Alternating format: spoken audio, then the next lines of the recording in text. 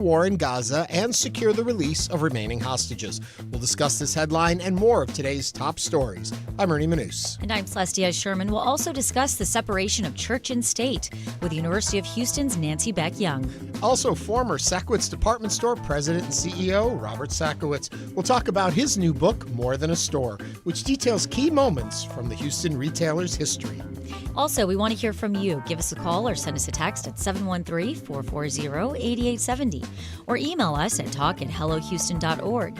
You can also watch us on YouTube by going to houstonpublicmedia.org and clicking the big orange banner. Hello Houston is made possible in part by founding sponsors John Bradshaw and Kathy Sanders, and by gifts from listeners like you. Live from NPR News in Washington, I'm Amy Held. Federal agencies are set to run out of money at midnight tonight. A shutdown could lead to delays with services for Americans ranging from air traffic control to receiving benefits. Federal workers could go without pay, and some President Trump has threatened to fire. NPR's Deirdre Walsh reports Republicans and Democrats say they remain far apart on any agreement. House Minority Leader Hakeem Jeffries says a funding deal has to address expiring health care subsidies. And the reality is that in a matter of days, notices are going to go out to tens of millions of Americans, making clear that their health care is about to become dramatically more expensive. Republicans accuse Democrats of hostage-taking and say the issue should be negotiated on a separate track. The Senate is expected to vote later today on two proposals, a House-passed bill that extends current funding levels until November 21st, and a Democratic alternative that attaches health care changes. Both failed before and are expected to fail again as the deadline to avoid a shutdown approaches. Deirdre Walsh, NPR News. A highly anticipated and unusual gathering of top military leaders has concluded in Virginia. Trump gave a rambling and political speech that referenced using the military against the enemy within. He talked about Democratic-run cities and said some could be used as training grounds for the military. Defense Secretary Pete Hegseth spoke first, saying the Trump administration renamed Department of War had become woke. Standards must be uniform, gender neutral, and high. If not, they're not standards. They're just suggestions. Suggestions that get our sons and daughters killed. Hegseth also called for a return to, quote, the highest male standard for combat positions. National Guard troops are set to be deployed to Portland, Oregon. Public Broadcasting's Troy Brennelson reports. The Oregon National Guard has begun calling up guards and has more than 160 members who volunteered so far. While their arrival could in theory come Thursday, vetting them takes at least 96 hours. Lieutenant Colonel Stephen Bomar with the Oregon Military Department says it's just as likely the troops won't be ready this week. We had all ready to go. The earliest would be shortly after that 96-hour mark, but I do not see that happening in this case. Since Trump's order, there's been little communication between the Guard and Portland officials, including its mayor and police chief. The order itself says the troops' mission will be to protect federal property and staff. National Guard deployments are also expected in cities such as Chicago and Memphis. In Portland, I'm Troy Brennelson. Louisiana's governor has asked the Trump administration to deploy National Guard troops to his state. It's NPR. Live from News 88.7 in Houston, I'm Alexandra Hart. A second person has now died from the shooting at an ICE facility in Dallas last week. LULAC CEO Juan Perano says Miguel Garcia Hernandez was taken off life support and died this morning while surrounded by family. He came to this country at the age of 13 years old. He's 31 now. He was married, a father of 4, and he was expecting his 5th child literally in a few days from now. One other detainee remains hospitalized. The shooter took his own life as police moved in. The Texas Freedom to Read Project reports Lamar CISD in Fort Bend County has banned more than 700 books for the 2025-2026 school year. According to a public records request, the books removed did not align with Texas House Bill 900, a law passed in 2023 which established mandatory library standards for public schools. News 88.7's Bianca Seward has more. In a statement, Lamar CISD said they adopted a library policy last year to comply with House Bill 900 and to, quote, ensure that sexually explicit material is not available in our schools. Several children's books were pulled for, quote, frontal nudity. The Texas Freedom to Read Project works to overturn book bans in the state. Lainey Hawes is a co-director.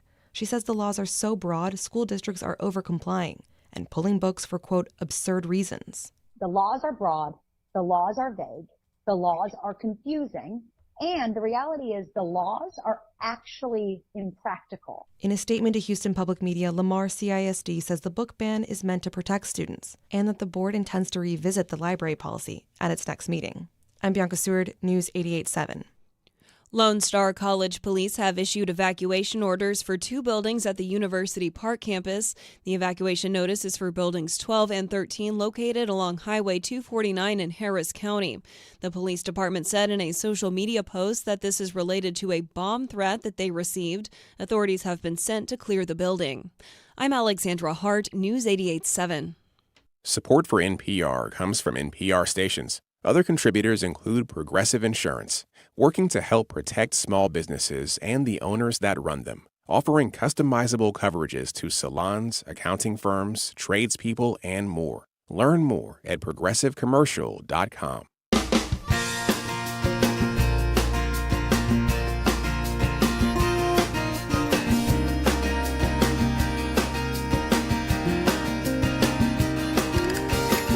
Live from the University of Houston, it's Hello Houston, an open forum on today's biggest stories affecting Houston and beyond. Call now, 713-440-8870, or let us know your thoughts on today's topics by emailing us at talk@hellohouston.org. Now here's your host for Hello Houston, Ernie Manous, Celeste Diaz-Sherman, and Frank Billingsley. Good morning. You know, we morning. jumped the gun yesterday. We were all excited about our anniversary, which is actually today is our 6-month anniversary, and yours and mine, Celeste, 1-year anniversary. Yes, of 1 year working anniversary. on air together in this little world of ours of Hello Houston and our little political starting shows, our sample shows. And think about, back then when we were doing those political shows, that feels like ages ago. And it was just a year ago. Well, it feels like a year ago we started Hello Houston, or 2 years ago. I feel like we've been doing this forever, and I can't imagine a time Frank wasn't with us. I can't remember when I heard that donuts were the gift for 6-month anniversaries. Well, I'm happy somebody heard it because we had donuts today. We did. Jack Williams actually brought in donuts. He's the head of our talk show unit here at the station. So thank you very much for that. And thanks to all of you for sticking with us for that whole first 6 months and joining us on YouTube. We have a big thriving community over there on YouTube that joins us every day. You can join into that. Just go to hellohouston.org, click the big orange banner. It'll take you into the Houston Public Media channel on YouTube, where we are every day and all of our shows are archived. Also remember, as you heard in the open, you can always call us 713-440-8870. Is that all my notes I have to hit? Sure. I think so. Sure. Take it away, Ernie. Today is September 30th, the last day of September, and tomorrow will be October 1st. It's already feeling like mid-October out there. It's beautiful. It was a wonderful morning. It was just beautiful. Temperatures, and this is going to continue. We may start to see some rain in here, 20-30% Friday, Saturday, Sunday, but a nice week as we move from September into October. And then the Atlantic with Hurricanes Umberto and Imelda pulling away together across the Atlantic, a big open Atlantic, both in the same direction, working on each other. They may have a little dance out there. Sounds very romantic. You're going to have to keep us posted. Do a little do-si-do. Grab your partner. Okay, I read somewhere, and you're going to have to help me through this one, something about in Austin, we set a record as the driest launch to the fall. That usually it's a rainy season. It's been drier than usual. Does that make any sense at all? Well, that's people who have nothing to say because it is so the weather. I mean, we go through this every October, every day. Oh, another nice day. Cool mornings, warm afternoons, no rain in sight. What else can we talk about? Oh, the drought. Well, I told you fire season is upon us, and that, you're going to hear a lot about that because weathermen in October have nothing to talk about. Okay, I have a very funny story real quick. So on Sunday, my husband and I did the offertory prayer at our church, and I was going up there, and Dan and I were kind of going back and forth what we were going to say, practicing. I said, I think I'm just going to open and be like, it's a beautiful morning out. And Dan looked at me and he goes, okay, Frank Billingsley. Which one of you gave the weather to the He church? goes, Celeste, that's Frank's job. I said, okay. Yeah, right. That's hysterical. Well, on today's show, we do have a lot of work ahead of us because we've got some great topics coming up today. We're going to be looking at the separation of church and state. We're going to be talking with Paul Bettencourt, one of our state senators. We're going to be looking at urban harvest. We're going to have a little history lesson with Robert Sakowitz of Sakowitz Department Store is going to be here. It's a very full show today. But as always, we like to start off with the headlines of the day. And Celeste's got it. And may I say, we already have a YouTube comment from Noah Espinoza. Am I the only one absolutely terrified by this military meeting this morning? I was wondering if we should go there Noah, or not. That's not in our notes. We might chat about that, Noah. Yeah, for what Frank and Noah are referring to this morning, Pete Hegseth had called the military leaders from across the globe to the U.S. for a rally, a meeting, a gathering, and the president was there to talk. A lecture from Trump. Trump went on, how long did you say? An hour and 10 minutes. Kind of free form. He likes to do the wave, as he says. It was in moments interesting. At other moments, I found rather disturbing and confusing. Was there anything positive? As y'all were watching it, did you think, okay, there it is? Out of the hour, that's the crux of what he's trying to get at.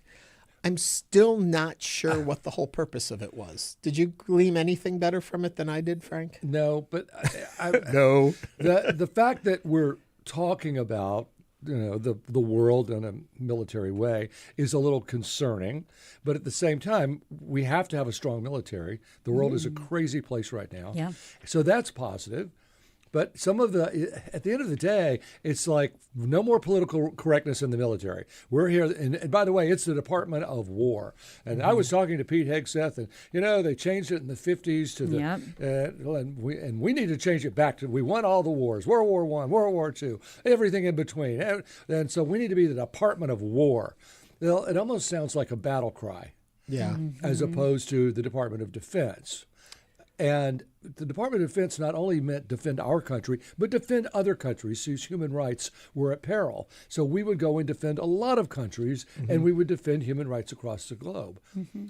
And now that's not so much the message. We're now the Department of War, and we're going to win every single war. We're going to fight, and win. And that's a quote from Trump. Well, and I think it's one of those things where when you are the 20-pound gorilla in the room, do you really have to say we're the 20-pound gorilla in the room? Good point. He, to go back to what you were saying, Frank, too, the president pushed the gender neutral, meaning that any military role requires physical power and strength, and standards must be high and gender neutral, meaning the same for all. So women have to, if women are involved, they have to be hitting at the same benchmark as men do. And that was his kind of push toward that.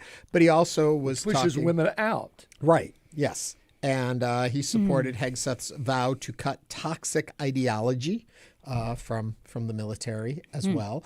And there was a lot of talking about inside the borders of our country about deploying military and talking about how we have to keep them safe one by one, these cities. It was a little inward facing as opposed to just outward facing as we usually look at the Department of Defense, or as now the Department of War usually characterizes itself. Well, Noah says it's military intimidation and pageantry directed at us, the citizens. So yeah. Who was it that said it kind of reminded them of Patton, the movie Patton, because they're standing in front of the big American flag on the stage and they would come up the steps to their podium. It was very I also think, though, that we have also had in the past presidents who've been very diplomatic and have been very polished in their delivery of how they say it. And a lot of people voted for Trump because they like that he is strong, and that if there's a time to be implementing this type of display or flex of our military, it would be now. And so there is other side of it where I think people voted for Trump because he says what he does what he says, and he's not afraid to tell you. That's nuanced, right? But let's jump into our topic today. President Trump and Israeli Prime Minister Benjamin Netanyahu appeared together at the White House on Monday, where they pledged support for a U.S. plan to secure the release of the remaining hostages and end the war in Gaza. The announcement of a peace plan comes as the 2-year anniversary of the Hamas attack on Israel draws closer. And as a growing list of nations recognized Palestinian statehood last week during the United Nations General Assembly. Ahead of the meeting, the White House released its multi-point plan for peace. The 20-point plan would immediately end Israel's war in the territory, boost aid to Gaza, and require Hamas to release remaining Israeli hostages within 48 hours.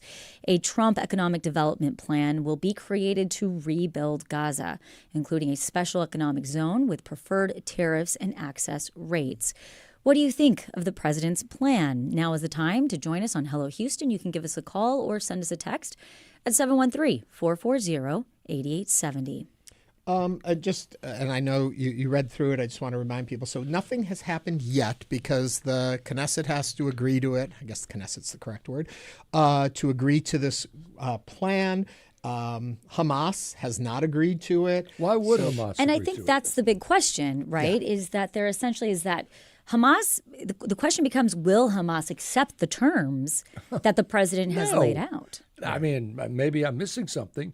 These are not the kind of, they want them to demilitarize. They want to take them over. They're even saying that Tony Blair, the former British Prime Minister, who I really liked Tony Blair back in the day, he's got to be about 75 or 80 now. But which means nothing except that he has had a lot of experience. He might take it over.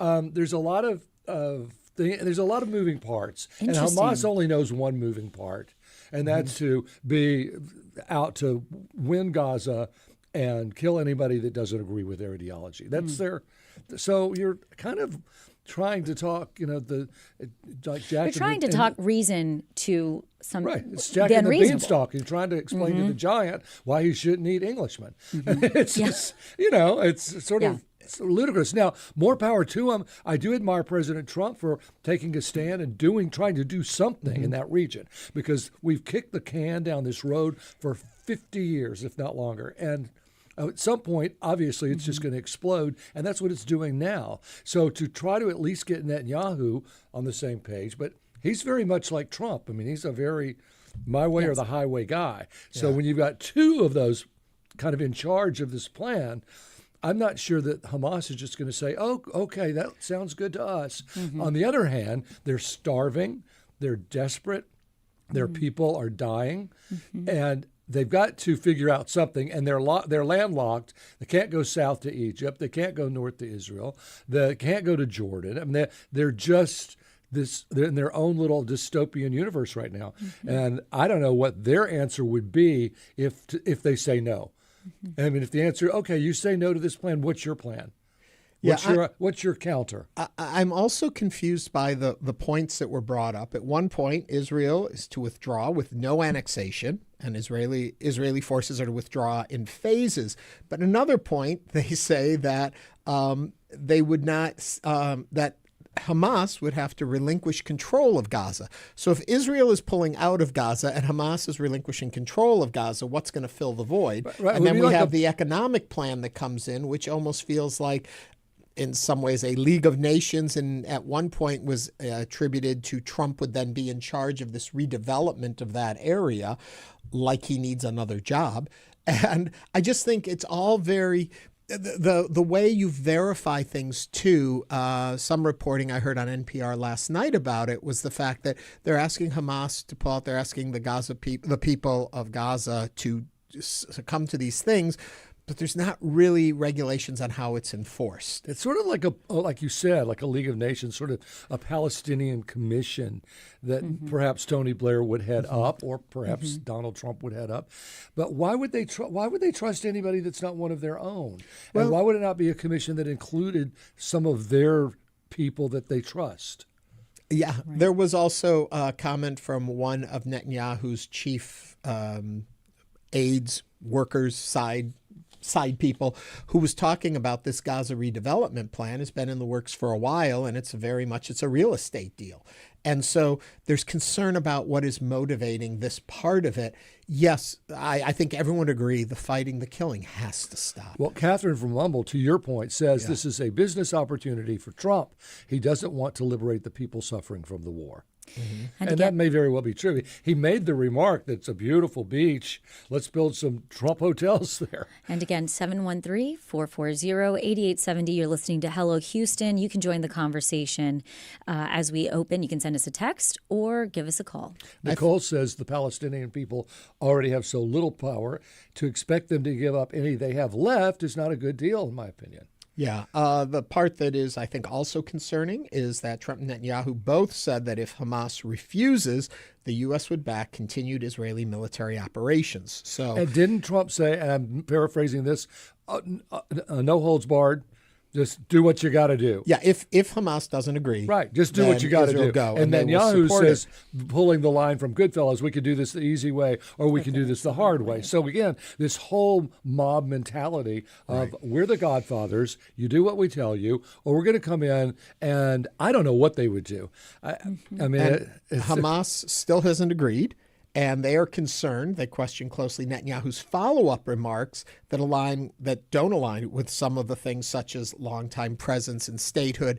That's what he's pushing for, and that doesn't align with the nature of the rest of it. There's a lot of moving parts here, and they didn't take questions afterwards, which was interesting because usually the president will hold a press conference of some sort. They pretty much said there's a lot there. And neither of them. Well, and when that horrific attack took place almost 2 years, October, didn't Hamas say that their whole mission is to kill all the Jews? That's their mission? And if that's their only mission, then why they're not going to come to the table?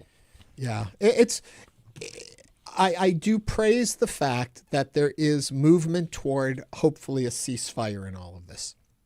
All the pieces of what is being proposed, as usual, you throw a lot out and a lot gets refigured and configured. But I'm concerned that if Hamas doesn't go, and Hamas is a terrorist organization that's running the Palestinian people there in Gaza.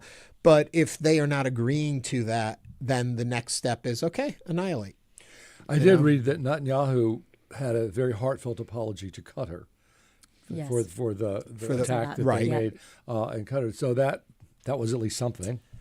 I don't know. Nobody knows where this is going to go. Look, I praise Trump in that he's at least sitting down with Netanyahu and saying this is at least a plan. Maybe a horrible plan. It may not work, but at least we're talking about it and trying to go somewhere with it, because it's just going to linger and more people are going to die and more innocent children are going to starve to death if we don't do something, if we don't try. Yeah. And I think there is an element of our president being somebody who, is not afraid to insert himself to the conversation. He's not afraid to say he will go off cuff, and he's a little unpredictable in that regard. And I do think that does give the United States of America a certain upper hand in regards to some of these conversations where they are looking at us as well and saying, you just really don't know with this president. Well, we know who's in charge. I mean, there's no question when you look at Marco Rubio and Pete Hegseth and anyone else in the administration, you know who's in charge. Yeah. So, there's nothing wrong with the president being the president. That's why he was elected. Yeah. So, yeah, there are people who know a lot more of this and the nuance of all of this who over time we will hear from on this. It's a developing story, as they say. But a lot of things that are said off cuff, I think we have to be a little bit more concerned with in today's day and age, that we realize that these world leaders, when they say things, those are documents and official policy when it's spoken by a head of state. And so we have to pay attention to what they're saying, whether we think, oh, it won't be this, it won't be that. If they're saying it and they're pushing it forward, there is something behind it. And that's, I know that sounds like an empty, vague statement there. Right. Because things are said throughout this. And oftentimes it's like, oh, well, they just said that. But you can't. These are world leaders just saying these things. And those words influence how things change and how markets move. Yeah. Except that Trump says something every day. Right. I mean, he's right. just constantly. And that's what I'm saying is that I also think that we've had presidents in the past that were very diplomatic and said everything very fine-tuned and very polished. And in some ways, it didn't get us anywhere. Now we have a president who is going to say what he thinks, and he's going to be, and we voted him in. And if there's a time to have a president who's going to insert strength, it is now. But what about reckless speech? That's a whole other conversation. And again, 713-440-8870. You can join us on Hello Houston by sending us a call or a text. Yom Kippur, Judaism's holiest day, starts at Sunday on Wednesday. And so we are going to be following some of these tidbits. What else do we have going on, Ernie? Well, not the most important thing in the world today, but it is National Chewing Gum Day.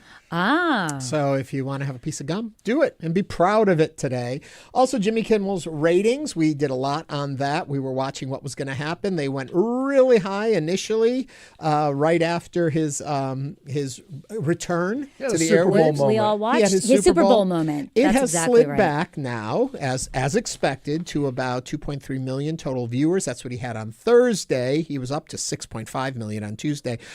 And so people are saying, oh, yeah, it didn't hold. But keep in mind that in the second quarter of 2025, he just had 1.8 million viewers average. So it's still a slight gain. Did you all watch Jimmy Kimmel? We all watched Jimmy Kimmel, right? Yeah. The night that he came Oh, back. yeah, Tuesday night, yeah. Has anybody watched it since then? Yes. I watched have. it 2 more nights. Okay, and I then haven't. wandered away because at night is when I prep for the show, so I don't have time to watch it. So there you go. But coming up on Hello Houston, the University of Houston's Nancy Beck Young will discuss the history of separation of church and state. This is News 88.7.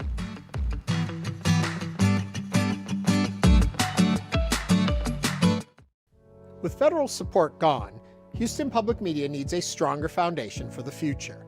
The Houston Public Media Resiliency Fund is our response to ensure this service remains strong, stable, and community-powered. Your gift today helps us stay on the air tomorrow and the day after that. Give now to the Resiliency Fund at houstonpublicmedia.org/donate or call 800-364-8300. Father and daughter duo Peter and Kathy Fang run House of Nanking, a Chinese restaurant that served San Francisco for over 3 decades. One of their secrets, they're not afraid to adapt their recipes to make customers happy. The way that we treat the dining room is the way that we would treat, like, if you invited guests to your home. Now they're out with a family cookbook. Hear more on All Things Considered from NPR News.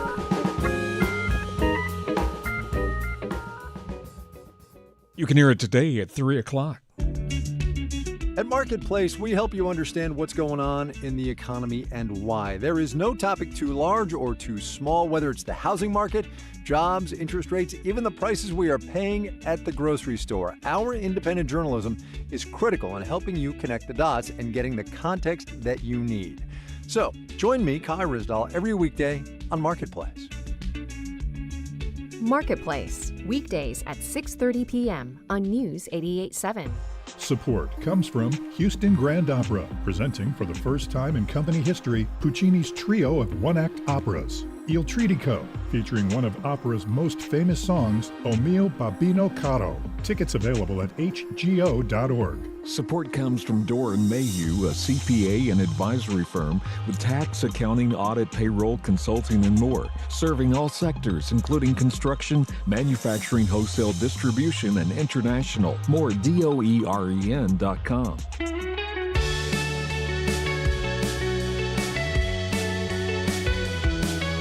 And now back to Hello Houston. Call 713-440-8870 or email us at talk@hellohouston.org to get your comment in on today's topics. Now back to Ernie Manous, Celeste Diaz-Sherman, and Frank Billingsley.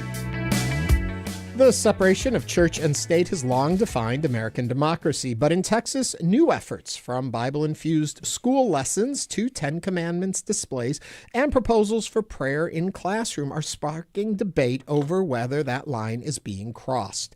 Joining us to explore the history and the movement is Nancy Beck Young, Moore's Professor of History at the University of Houston.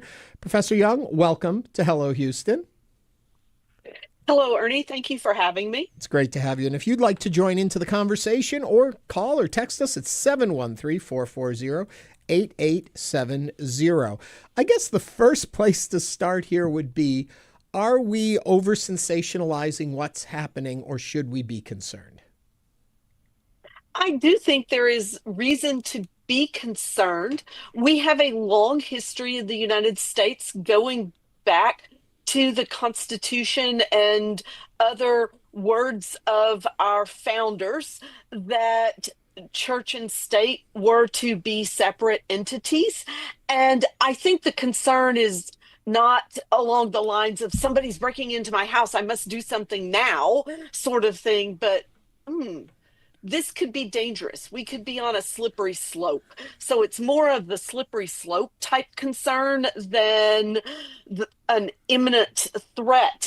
But I would start out by reminding listeners of what the First Amendment to the Constitution says about religion. And I'll quote, "Congress shall make no law respecting an establishment of religion or prohibiting the free exercise thereof." So that means the government can't say you must go to this church and you can't go to that church or anything in between or along that continuum. The government can't tell us where to worship, how to worship, or to prohibit us from worshiping, which is just as important. The argument that would come back is, if you're saying you can do these things can be present, isn't saying you can't do other things. So therefore, they're not prohibiting other religion, but they are sharing one. As in the case of what is happening here in Texas now? Yeah. Yeah, perhaps, but here is where the problem with that lies. Texas is a very diverse place with multiple faith traditions represented. And what about the child who is not growing up in a Protestant household or a Jewish household or a Catholic household? Things that in the United States we think of as the stand-ins for religion, but is from a Muslim background or Hindu background, or the list goes on. Where does that leave the child as he or she navigates the day of school with their friends? We all know kids can be quite mean to those who are viewed as different. And I worry about what this trend will mean for people who don't fit into the Judeo-Christian traditions. So, Nancy, given, when we look at the term separation of church and state, and based on what you just read and explained to us, is the concept of separation of church and state more of a concept or like a metaphoric wall that essentially is stopping the government from establishing a singular religion? Because it seems like it's very open to interpretation. Yes. Well, that's the thing with words. They often do leave the door open for interpretation. That also keeps people like me employed, so I don't have a problem with that. But yes, the wording in the First Amendment does not say specifically you cannot do these 5 things and then enumerate those 5 things. Our Constitution is an elastic document, and that's good because it does allow for interpretation to change with the passage of time. So I guess I am more on the elasticity side than the wall side. But that said, we do have 200 plus years of history of not doing certain things. So Let me get a little deeper on this with you. Sure. Back when we founded this country, every country was a religious country, whether it was Henry VIII right. or Catholics or whatever. And so there must have been something the Founding Fathers really saw, some real danger in that. Not just that it isn't a good idea. It's not a good idea within a diverse country to have a mix of church and state. Well, I think we all can see that. But they must have seen something absolutely horrifying about the idea of mixing church and state. Yes, that's a terrific question. And I'll try to give as simple an answer as possible to it. So if you look at the process by which some, not all, of the European colonists came to the Americas in the years before the American Revolution, some were coming because they were seeking religious freedom. They had lived under the Church of England and had been denied the right to worship as they saw fit. And so they came to America so that they could worship freely. So it was baked into the DNA of the founding of the country to worship freely. I would also invite attention to something that Thomas Jefferson said. Jefferson might be our most important founder on the subject of religious freedom and this wall between the state and the church. Jefferson in 1802 did use the word wall in a letter to the Danbury Baptist Association and said the wall of separation between church and state must remain, or something such as that. So he did use the word wall. Which leads to the question of why. And yes, he was very much aware of the history of settlers who had come to avoid the edicts of the Church of England, but it went deeper than that for Jefferson. He did not like the fact that Europe was full of countries that were religious in their orientation. He found corruption in the merger of the king, noble, priest model. If the king is in collusion with the noblemen, think high-ranking officials in the king's court, and the priests, and I'm not using the word priest in a particular religious tradition. I don't mean Catholics or any other particular denomination, but religious leaders.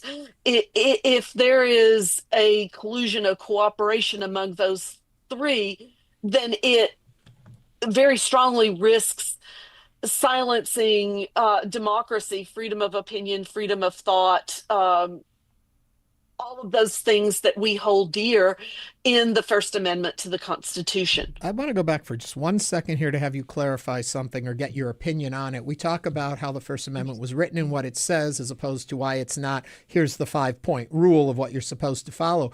Was it written in this slight vagueness or elasticity as you called it, intentionally, or was it written that way with an understanding they thought we would perfectly understand what they were writing? Did they intend for it to be able to be changed and interpreted differently over time? What's your belief on that? So I do think that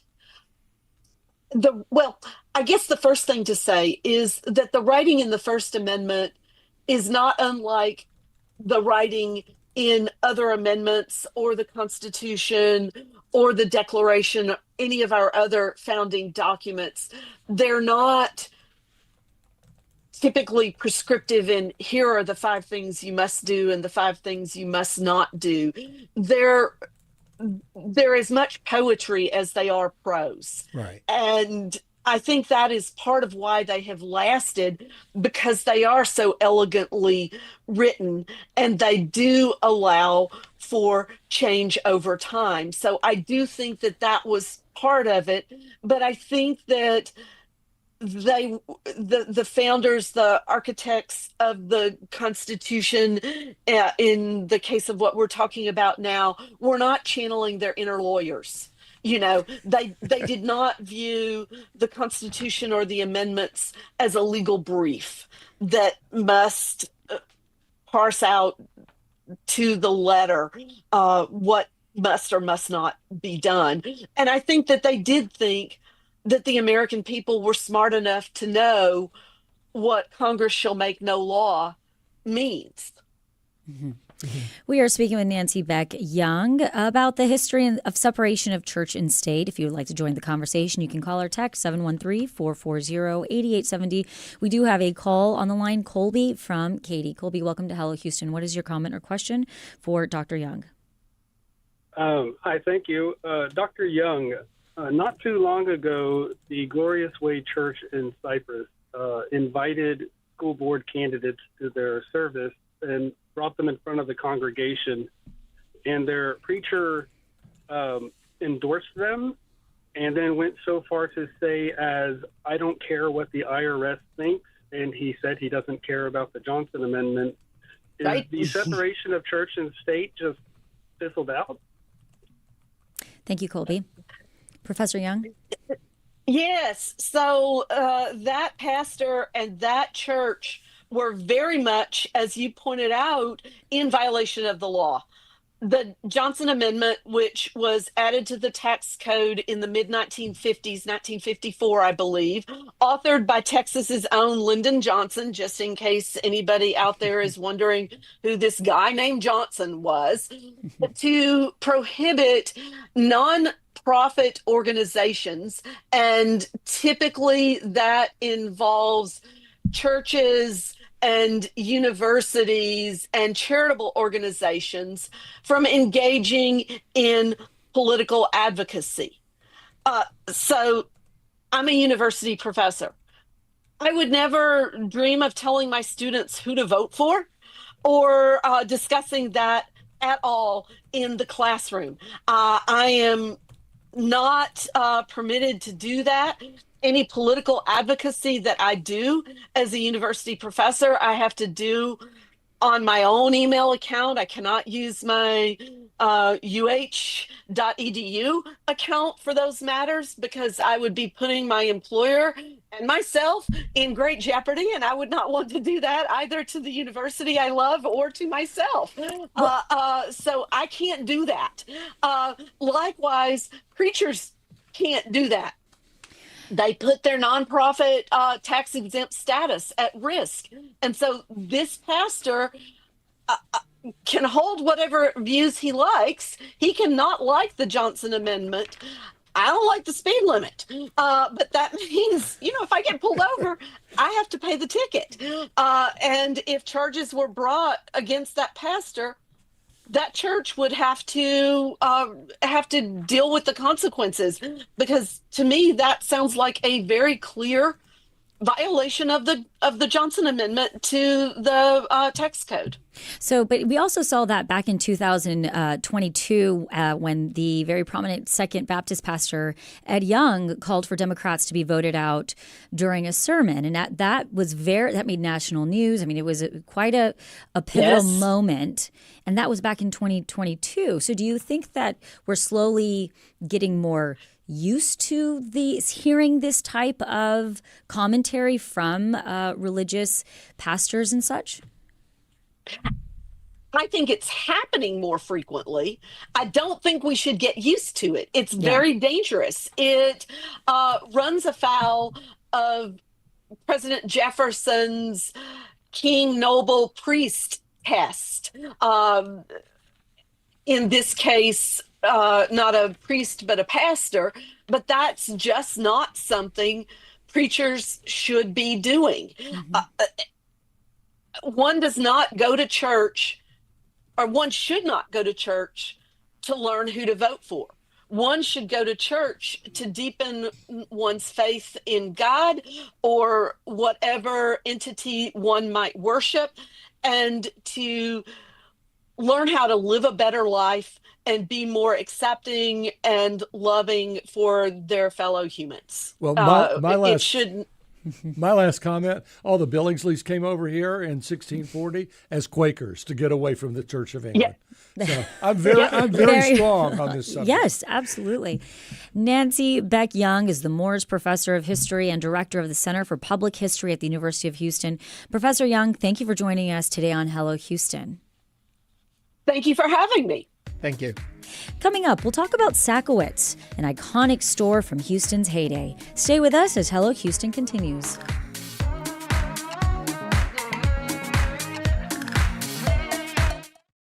Federal funding for public media has been cut. In response, we're creating Houston Public Media's Resiliency Fund. Donations made toward the fund will directly counter the loss of the $2.2 million in federal funds that were cut annually and strengthen our station's foundation to provide our services into the future. Contributing to this fund is easy and quick and makes all the difference to our station. Help build the Resiliency Fund now at houstonpublicmedia.org/donate. Bullseye, Thursdays at 9 p.m. on News 88.7. This week in This American Life. Okay, so you're on a subway car, and onto the car comes a guy wearing no pants. A couple stops later, somebody else gets on, also no pants. This keeps happening every few stops until the train has many, many people on it with no pants. Then somebody comes barreling through the car, selling pants. Mind games this week. This American Life, it's on tomorrow night at 9 p.m. I want to make a movie about this. The Arts Hour brings you film. The themes in it are so far ahead of their time. Books. The detail is amazing. Art. There's all the personal stuff. Theatre. Lots of singing and dancing and colours. Music. The dance floor is made for dancing. And everything in between. I want it to be exciting. That's the Arts Hour with me, Nikki Beatty. I really identified with it. From the BBC. The Arts Hour, Friday nights at 9 on News 88.7.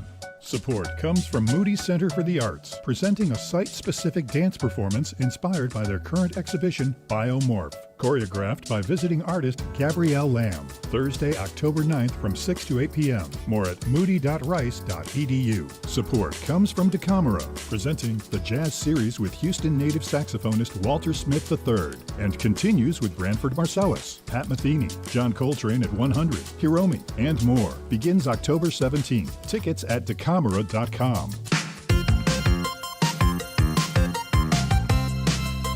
And now back to Hello Houston. To comment on any of today's topics, call 713-440-8870 or email us at talk@hellohouston.org. And now here's Ernie Manous, Celestia Sherman, and Frank Billingsley. Well, if you're a lifelong Houstonian or just got here in the 80s, you remember Sakowitz, a chain of family-owned high-end department stores based here in Houston, a vital part of the city for 90 years. From 1902 to 1990, the chain was known for luxurious shopping experiences, iconic buildings, for introducing many now famous European fashion designers to America. Former Sakowitz President and CEO Robert T. Sakowitz recently wrote a book, More Than a Store, 3 Decades of Tumultuous Changes from 1960 to 1990. He joins us now to tell us more about this and about the history of Sakowitz. We're honored for you to be here, sir. Welcome to Hello Houston. You are most kind, and I appreciate the opportunity to be here. Thank you. Well, I mean, you know, Houston, maybe not so much now, but for decades it had characters. Mm-hmm. I mean, you know, whether it was Marvin Zindler or the mayors of Absolutely. the city. That's what made our city. Robert Sakowitz was one of those characters. So tell me, I have a quick question about I guess it would be your grandparents. Must have gone through the Great Storm of 1900. They came here in the 1880s. Yeah, my great-grandfather left 50 miles south of Kyiv when the Ukraine was Russia, and he and his eldest son were going to be conscripted into the military, and the Russians would use them as cannon fodder, needless to say. They didn't like Ukrainians even back then, much less Jews. And so, knowing they were going to be conscripted, he left his wife and other kids, including my grandfather, came to the States and went in through Ellis Island. They could not read Cyrillic Russian, and the name was Shchekevich and Ch, and Sh. All of these are symbols, just like in Greek they're symbols. And, of course, at Ellis Island, they couldn't read Cyrillic Russian. And he said, I guess that's an S, and that's an A, and that's a K, and that's an O. And Vichy at the end looks like an upside-down question mark. So that was an ITZ. That's why there's so many Vitzes and Witzes and all the rest that have been made up on Ellis Island. They couldn't find work in New York because so many people were coming in. And there was a group from Galveston, Texas, which was then as they called it, the Pearl of the Gulf. It was the Wall Street of the South, the Southwest, second even as a port only to New Orleans at the time. And they came up proselyting, come to Texas, they're jobs. It's Galveston's a wonderful place. We even have an opera house, and we even have a synagogue, at which point, of course, my great-grandfather's ears perked up. And I don't know what he said, but I'm pretty positive he said something like, New York, Galveston, what's the difference? I don't know, I don't care, you know. And so he came to Galveston, got a job as a peddler, and made enough money to send for his wife and other kids, including my grandfather, who was a baby, very, very young boy. And at that point, they came in through Galveston, which became second only to Ellis Island as the port of entry for a lot of people from Europe. So when people ask me, how did your family get here? Did it come in through Ellis Island or through Galveston? And I can say both. Both. So, yes, they survived the 1900 storm. And my grandfather and great-uncle Simon, my grandfather Tobias, they started this little gentleman's haberdashery in 1902. They rebuilt Galveston with a new seawall, 17 feet tall, which made a huge difference, so that when Spindletop was hit, and they started shipping oil in these barrels down the bayou, and Houston started to grow. My great uncle came up to Houston. Grandfather kept the larger store, so to speak, in Galveston. And on Main and Preston, built another little store in Houston. So when the Galveston second storm came in 1915, which was actually worse than 1900 meteorologically, which you would probably know, not as many people died, but it was too much water. It was everywhere. And my grandfather said, Galveston's not going to come back to what it was. Houston's the city of the future. By that time, the Houston Ship Channel had been opened, 1914, and Houston was on its way. And so they expanded to a little larger store on Main and Prairie, and then worked down the way. I'm going to jump you way ahead now. Sure. You've sat down, you've written this book. Yes. 30 years of leading this store. Yes. When you look at today's marketplace and you see so many brick and mortars going away, and you see customer service going away, things that opened your eyes as to why the success of Sakowitz that maybe today's business folks could incorporate? How long's the program? What have we lost? Well, there is, as a matter of fact, I've made some remark to some people about this in some speeches. The internet created a huge wave of change, but there are three things that the internet, just as our catalogs, could not capture. The internet can't capture. If you go to a UPS or a FedEx store today, you used to be able to go up and give them the package and leave. Now there's a line of 6 people.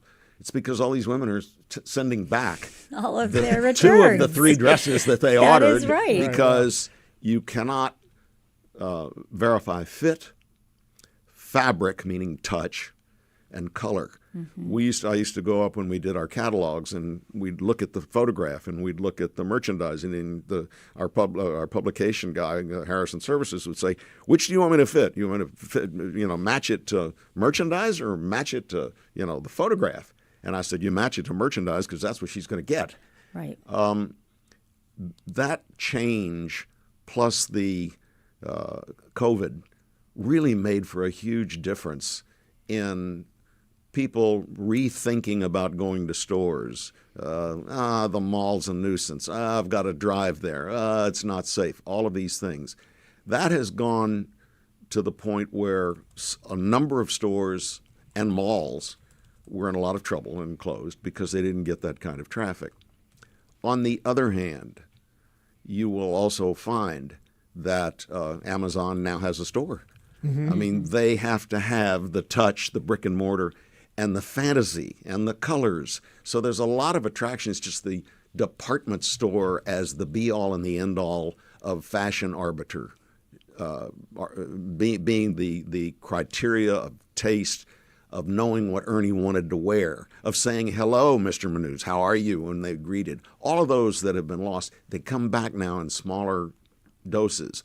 A French department store, Printemps, has opened in New York with this same kind of allure of dining and events and things like that, so that it becomes an experience. Yeah. And of course, that's what Sakowitz wanted to try to do. We wanted to create more than anything, and probably that's my, whatever it is, upbringing, whatever, we wanted to educate, because without an educated public, much the same as George Washington said about voting, without an educated public, you don't know the difference in quality. You don't know what makes for something of value. Mm-hmm. And so we used to have these festivals, and I mean almost 20 plus festivals of different things.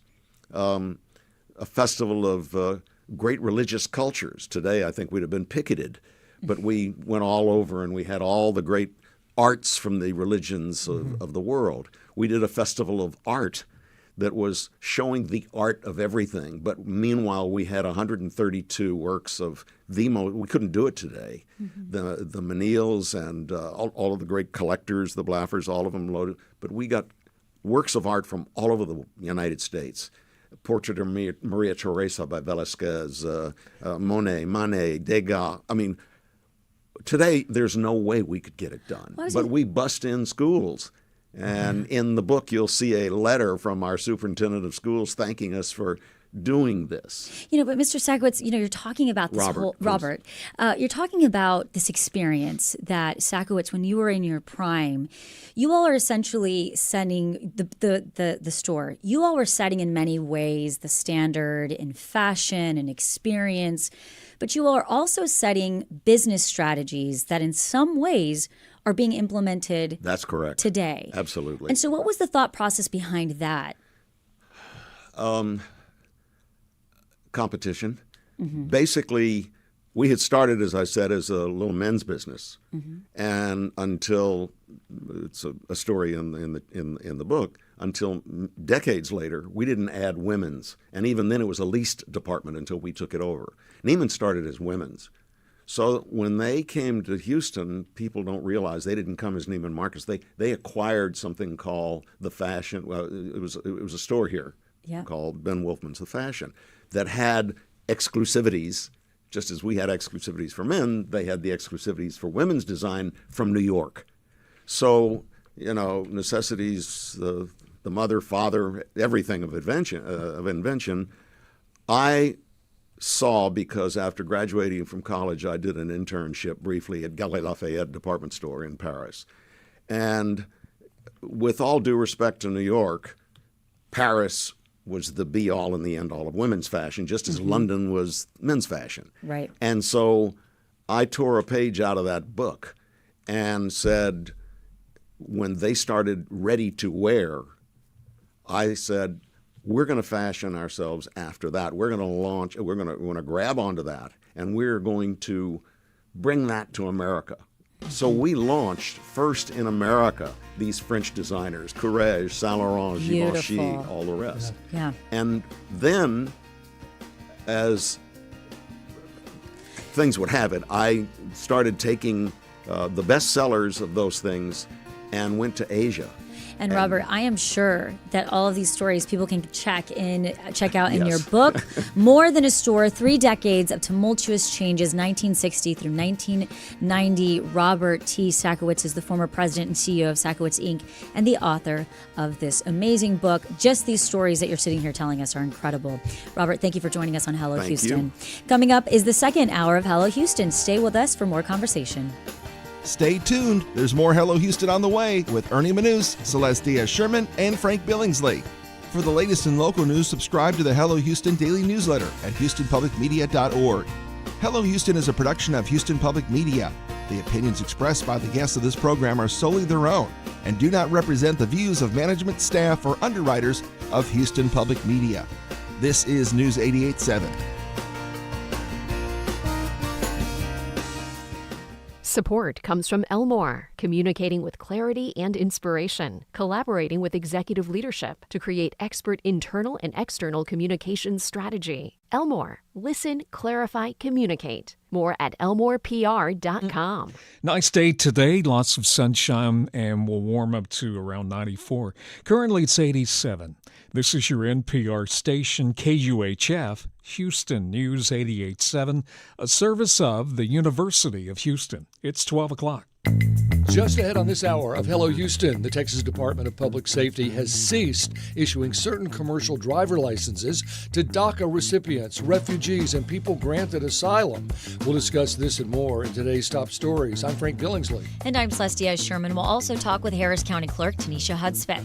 We'll discuss everything you need to know ahead of the upcoming election in November. Plus, we'll also learn more about Houston's largest nonprofit farmers market, Urban Harvest, and how they're transforming food accessibility in the greater Houston area. And we want to hear from you. Give us a call or send us a text at 713-440-8870 or email us at talk@hellohouston.org.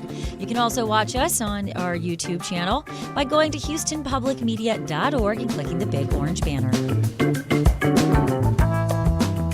Hello Houston is made possible in part by founding sponsors John Bradshaw and Kathy Sanders, and by gifts from listeners like you. Live from NPR News in Washington, I'm Amy Held. With the prospect of a bipartisan spending agreement looking increasingly remote, the federal government is on track to shut down in a matter of hours. President Trump said last hour he thinks it's looking likely. We don't want it to shut down because we have the greatest period of time ever.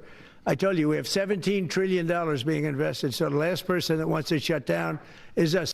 In a shutdown, most federal workers would not get paid, and the White House has threatened to fire some workers deemed non-essential. Americans who rely on Social Security and Medicare could see delayed payments. NPR's Domenico Montanaro reports new polling from NPR, PBS News, and Marist finds one party would get more of the blame.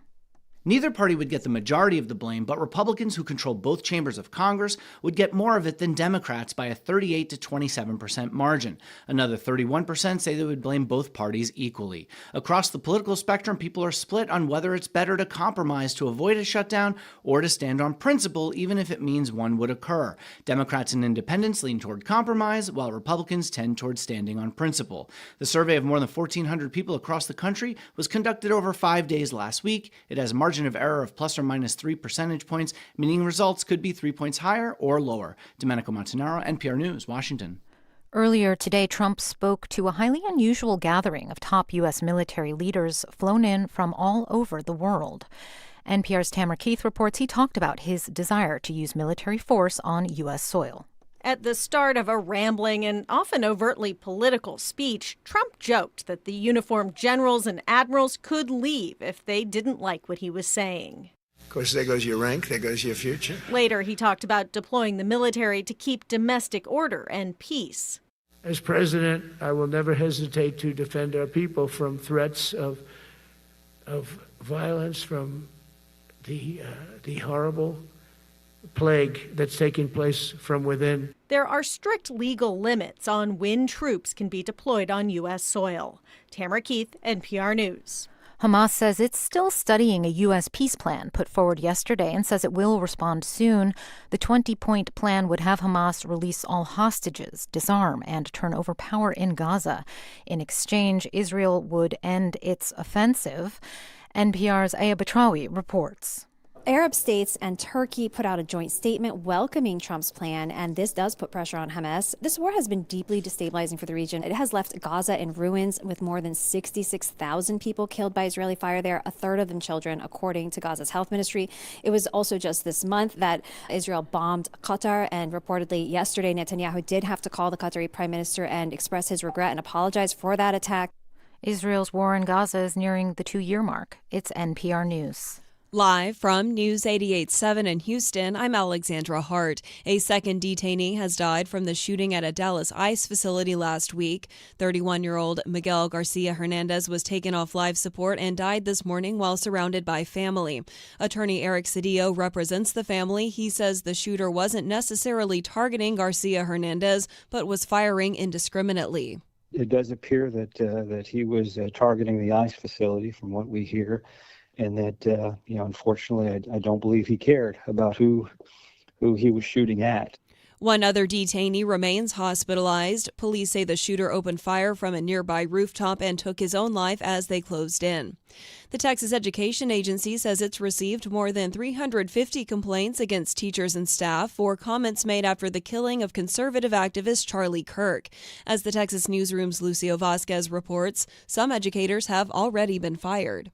Texas education officials say the 351 complaints do not represent separate educators and that all complaints are still under review. But some school districts have already acted on their own. Teachers in Houston, Dallas, Midland, and elsewhere in the state have already been fired. They all reportedly made comments about the assassination of Charlie Kirk earlier this month.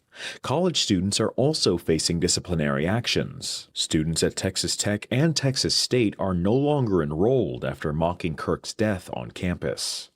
I'm Lucio Vasquez in Houston.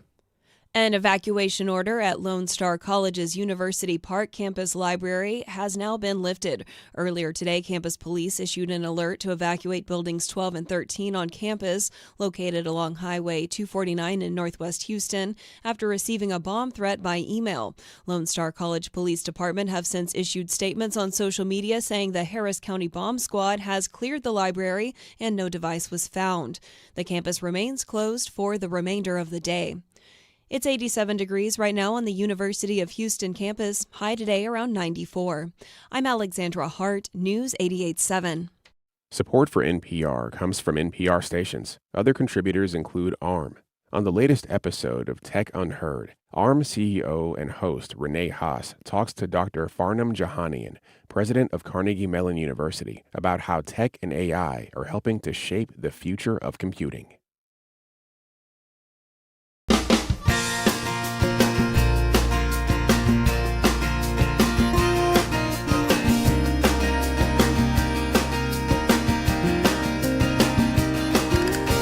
Live from Houston Public Media and News 88.7, it's Hello Houston, an open forum on today's biggest stories affecting Houston and beyond.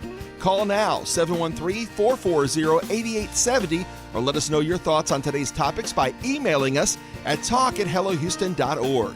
And now, Hello Houston with Ernie Manous, Celestia Sherman, and Frank Billingsley. Welcome back to the second hour of Hello Houston. Hello, free book. Hello. Yes. Yeah. Frank got a book. More than a store. He said keep it, and you said, Frank, you want it? I said, yes. Yeah, I'll take it. So he autographed it for me, and now I have something to read. It really is I love Robert. He's got great stories. I mean, we really should have him on for an hour. We're gonna snag him for an interview. You should definitely do an interview with him. But we had to have him on to talk about the book and just the great stories. Now, my favorite Robert Sakowitz story, and we didn't get to it, of course, but Dallas, the TV show Dallas, and J.R. Ewing. J.R. Ewing is actually modeled after Robert Sakowitz. They had seen him at the fashion shows in Paris, and they said, that's what a Texan looks like. We've got to have him, because he always wore a big cowboy hat when he went to them. Robert told me one time, well, the reason he wore the big cowboy hat was he was short. And so if he didn't have the hat, people wouldn't see him in the crowd. So he put the hat on to be taller so they would recognize him at the fashion shows in Paris. And that's what they ended up basing J.R. Ewing's swagger and hat on, was Robert Sakowitz. I love it. As somebody who is 4'11", on a good day 5 feet tall, I appreciate somebody who's going to bring in some fashion. Yeah. Yeah. Well, he really worked hard. I've read a few articles about him, and to get women's fashion to the forefront was tough because Neiman Marcus really had a hold on it, and then even Macy's was very high end. It's not quite as high end as it used to be, but it was then. And those were the anchor stores. And Lord & Taylor was big. Well, and he wasn't in the Galleria. Sakowitz was across the street. Right, he was and out. So it felt like it wasn't quite Galleria-ish when the Galleria was huge. So it was a struggle. And then there was Sakowitz Furs. Is that the same? No, I don't think so. When his empire crashed in 1990, it was taken over by other people. Okay. Right. Okay. But he did then move on to Express Custom Tailor, which was who did my suits and jackets when I first started on TV here in 96. And that was Robert Sakowitz who did it. And one of his jackets that he made for me 30 years ago, 29 years ago, I still wear today. It's still held up. It's a great cut, and I love it. There is something about quality and textiles when you pay for that. And I think that a lot of, nowadays there's so much fast fashion that you just don't get. And, the quality continues to go down, but the prices remain. And it's tough out there. It's tough out there for a retailer. Hey, I do want to talk about this just really quickly because I'm the one that said it. This is from Nicole, and she makes the point that the Hamas initial charter called for the destruction of Israel, not killing all Jews. However, a few years later, abolished this in a revised charter. And finally, we should be careful in talking about Palestinians and Hamas in a way that sends the message that they are in unison. We understand that not all Jewish people believe or condone the actions of Netanyahu, so we should remember that that also goes for Palestinians. So, yes. And as we mentioned in our conversation, Hamas has been classified as a terrorist organization, though voted in Gaza by the Palestinian people, but they are separate. They are a group outside of Palestine. Getting everybody to the table is going to be a really tough one. Yes, and that was from Nicole, and she signed off and said they are really in a losing situation on both sides, i.e. with Netanyahu and with Hamas. Nicole, thank you for reaching out to us on Hello Houston. Everybody is always welcome to send in their comments and thoughts at 713-440-8870 and we're looking for truth here, you know.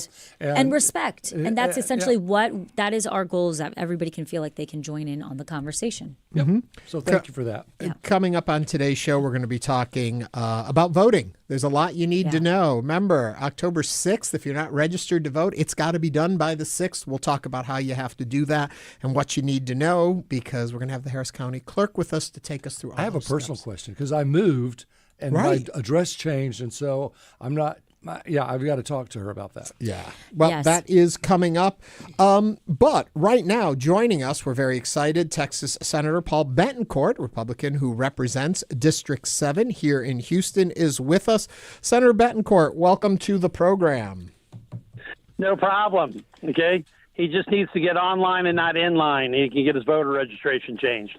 Okay, did you hear that? Yes, get online. Thank you, Senator Bettencourt, for the clarification. Senator, when I changed my address, the post office said, do you also want your voter registration changed? And I said, yes, but I haven't gotten a new card. That's what I'm concerned about. Well, that's okay. I was talking about your driver's license. You can do it through that portal, too. But anyway, Teneshia will take great care of you.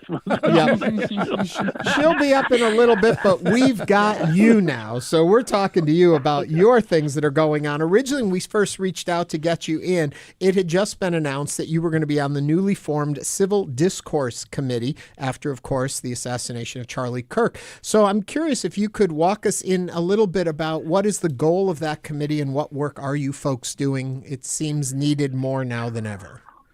Well, Ernie, it's the Civil Discourse and Freedom of Speech and Higher Education Committee. I'm the chair from the Senate side. Terry Wilson's the chair from the House side. And basically what we're looking at is really what happened with after the assassination of Charlie Kirk. Where are our appropriate boundaries? You want people to have as much free speech as enshrined in the Constitution, but you also can't let them yell fire in a crowded theater. So we're looking at that, and we'll be looking at really what's happened in the higher education campuses, too, to see, what policies we need in Texas. Look, the bottom line is the problem we're really in is in this frothy social media age. people do not think before they put stuff out.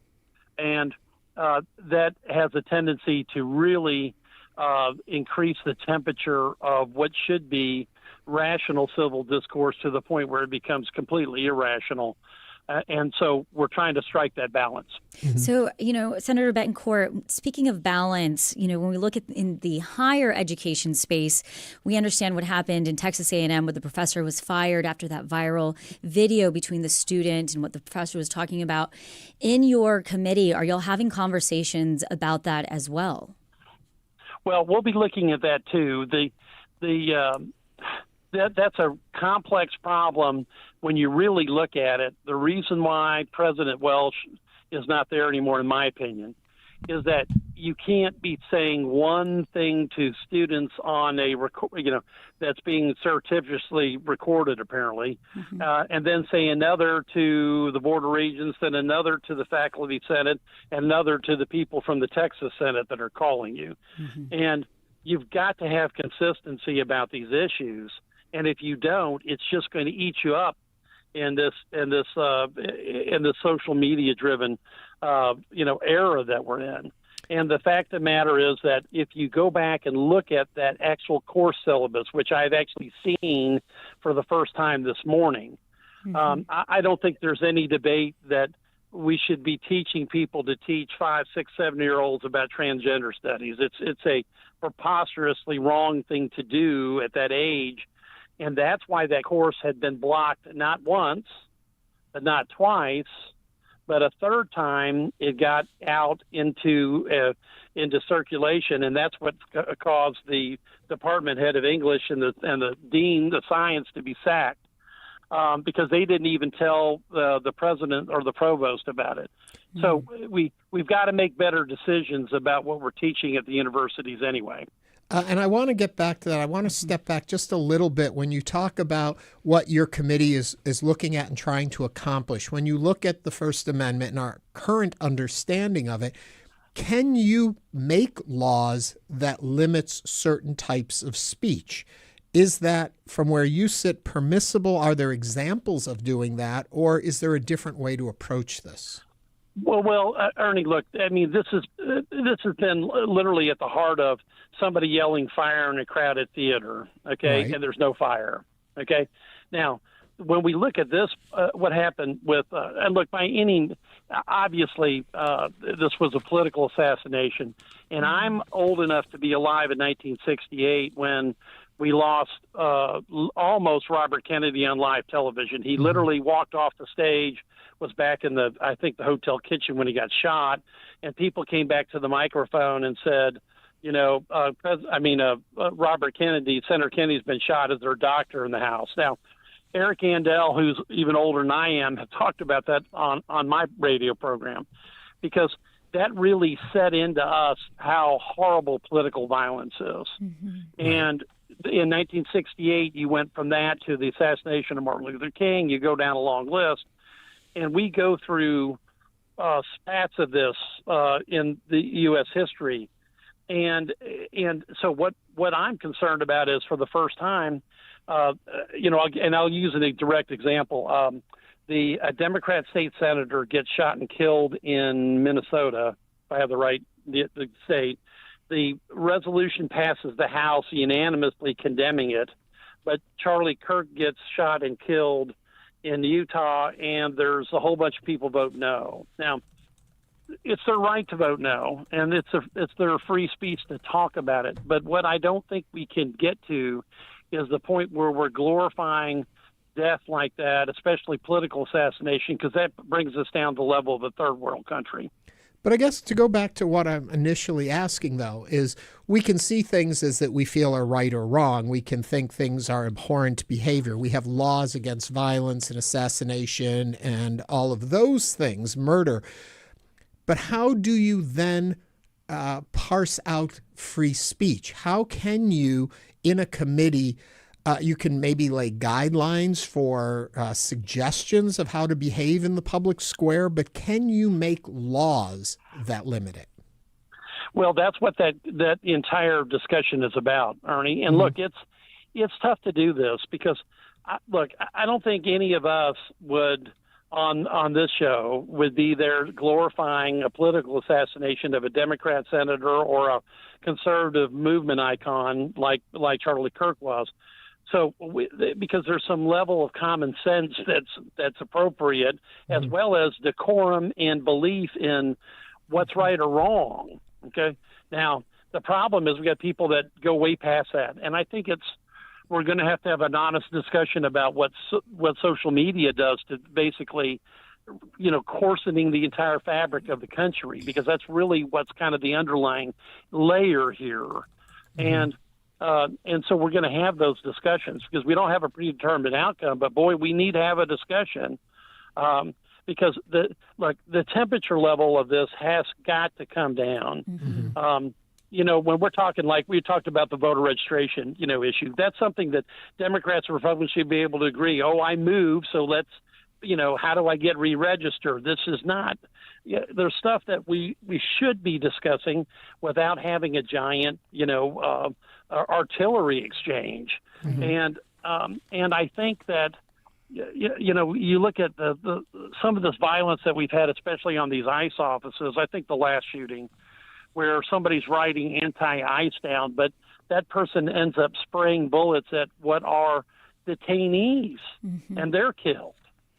And so we're reaching what is, in my mind, a preposterous level of political violence, and we got to take a look at what the causes are here, and not be afraid to discuss it. Because if anybody covers my local government committee, I have on my committee everybody from a leftist progressive to a MAGA conservative, and we talk about everything, and that's what we need to do here. Senator, it's Frank Billingsley here. So let me ask you this: the National Guard was not sent to Dallas after that ICE shooting, which you just referred to. But yet the National Guard is sent into Portland, Oregon, where they're having peaceful protests. So what's your take on cities, and especially Texas cities, having the National Guard come in?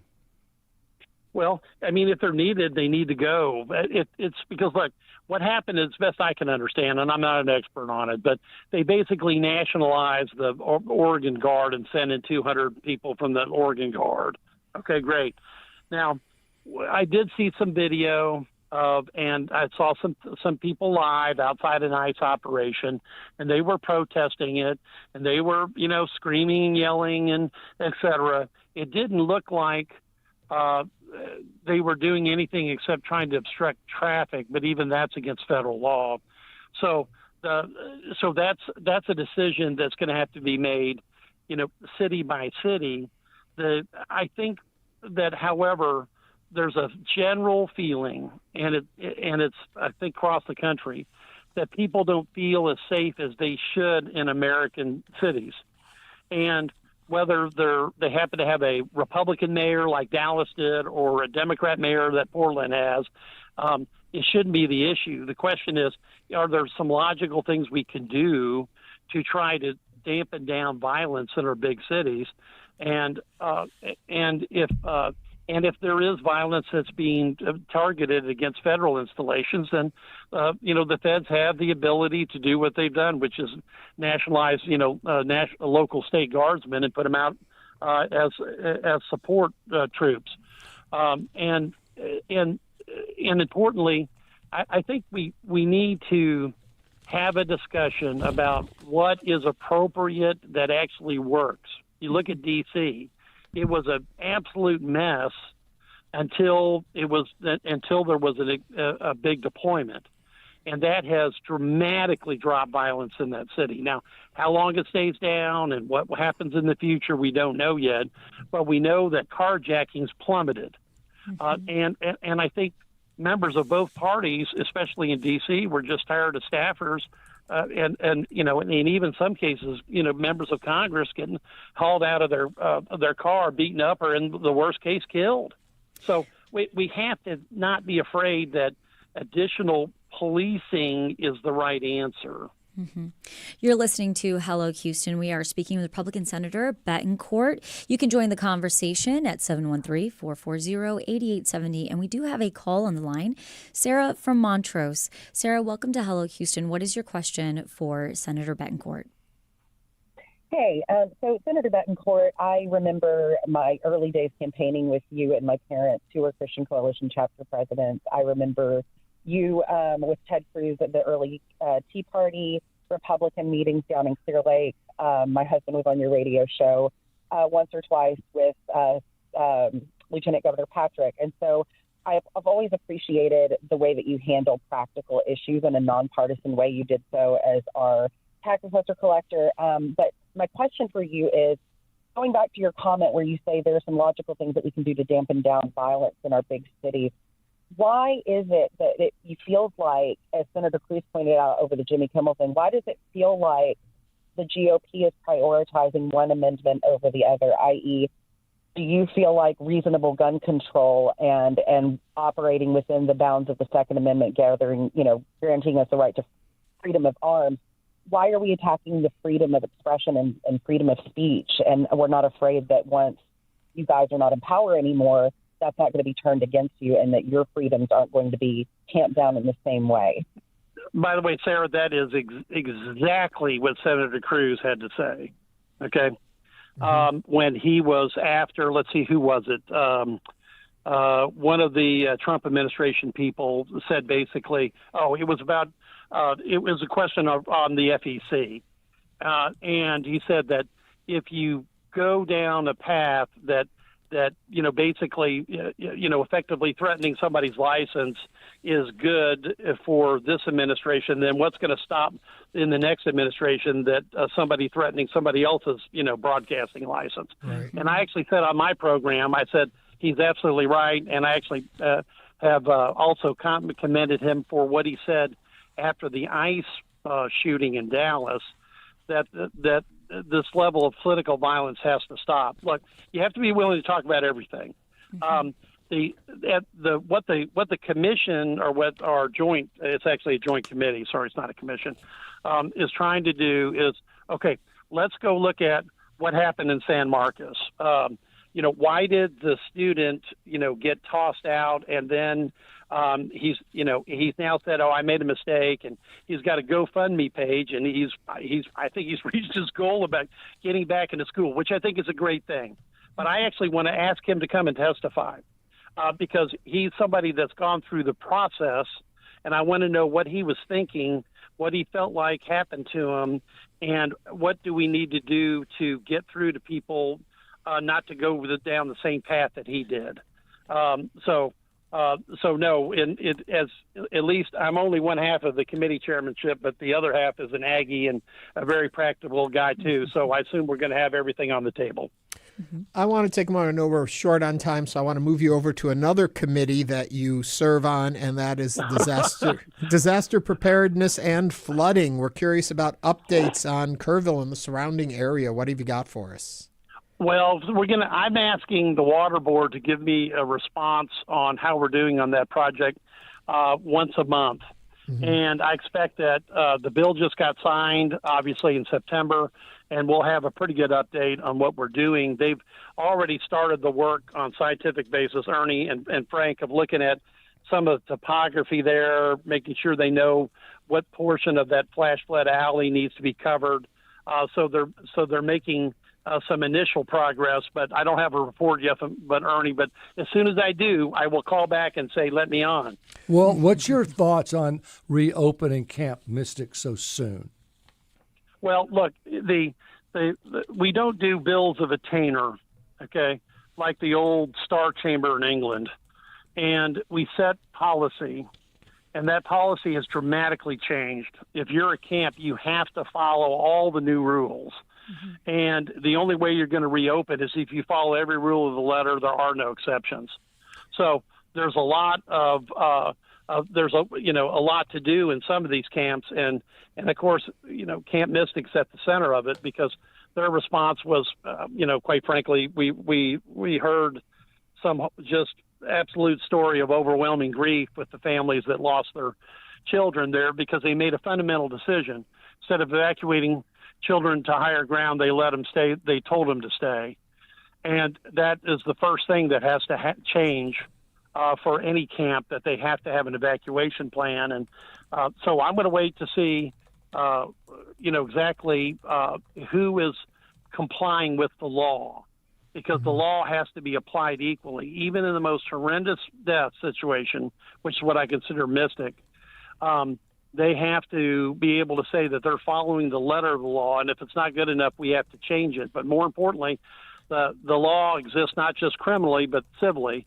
And I expect that, just by any rational view of this, there's going to be some major lawsuits filed shortly if they haven't already been filed. Speaking of lawsuits that are filed, really quickly, your thoughts on how things are going to go for the new congressional map. Do you think it's going to go into effect? Where are we standing with that? You got about a minute to answer. Okay, where it's going to be in El Paso next week. There's going to be some preliminary hearings. It's a novel approach, Bernie. I Ernie, have no idea what's going to happen, but I do want to tell people to vote for their homestead exemption increases on the ballot in November. Have me back. We can go over ballots. Let's see, Propositions 9, 10. Let's see. It's at 11 and 13, if I have the right numbers. We'll definitely have you back to walk us through those. You know those better than anyone, so we'll appreciate that. Senator Paul Bettencourt of District 7. Senator Bettencourt, thank you for always making time for us on Hello Houston. No, I just love the live calls. Okay? Yeah. All right, call me back. Thank you. Bye. Will do. Coming up on Hello Houston, we'll talk with Harris County Clerk Teneshia Hudspeth about everything you need to know ahead of the upcoming election in November. This is News 88.7. Stay with us.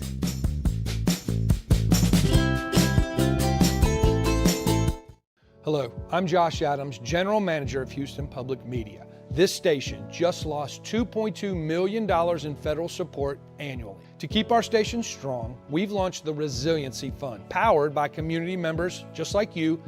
Your support will help bridge the funding gap and ensure these programs remain free and accessible to everyone. If public media and this station matter to you, now is the time to act. Support the Resiliency Fund today at houstonpublicmedia.org/donate. You can hear it Thursday night at 8 p.m.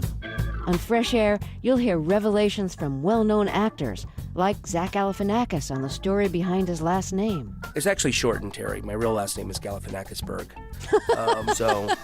That's an exclusive for your show.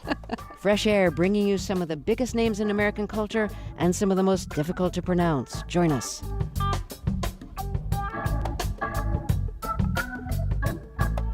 Fresh Air, weekdays at 8 p.m. on News 88.7. Gen Xers went from being latchkey kids to helicopter parents. If you faced isolation and sense loneliness and abandonment, you're going to really resolve. My kids are not going to feel that sense of isolation, loneliness, and abandonment. How Gen X's childhood is shaping their children's lives. That's next time on Think.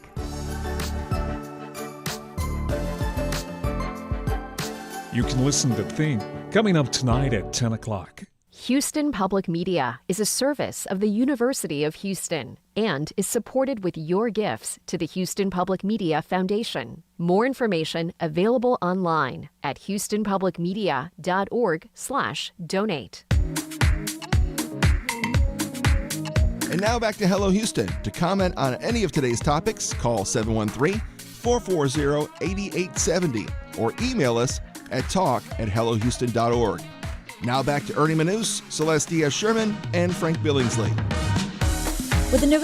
With the November election just weeks away, one date stands out for Harris County voters: the registration deadline. It's Monday, October 6th. And after that, if you're not registered, you cannot vote in the general election. Whether you're registering for the first time, have recently moved, or just haven't voted in a while, there are important rules and deadlines to know. Here to walk us through the process from checking your registration status to understanding what's new this year is Harris County Clerk Teneshia Hudspeth. Teneshia, welcome back to Hello Houston. Oh, thank you for having me. Good afternoon. I can't be in the studio today because, as you all would imagine, this county clerk's moving around quite a bit, but thank you for still accommodating with the Zoom. Well, I want to put out one fun fact before we get into the conversation. Today is Celeste and my 1-year anniversary doing these shows on the air. And 1 year ago, you were our first guest when we did this 1 year ago. So welcome back.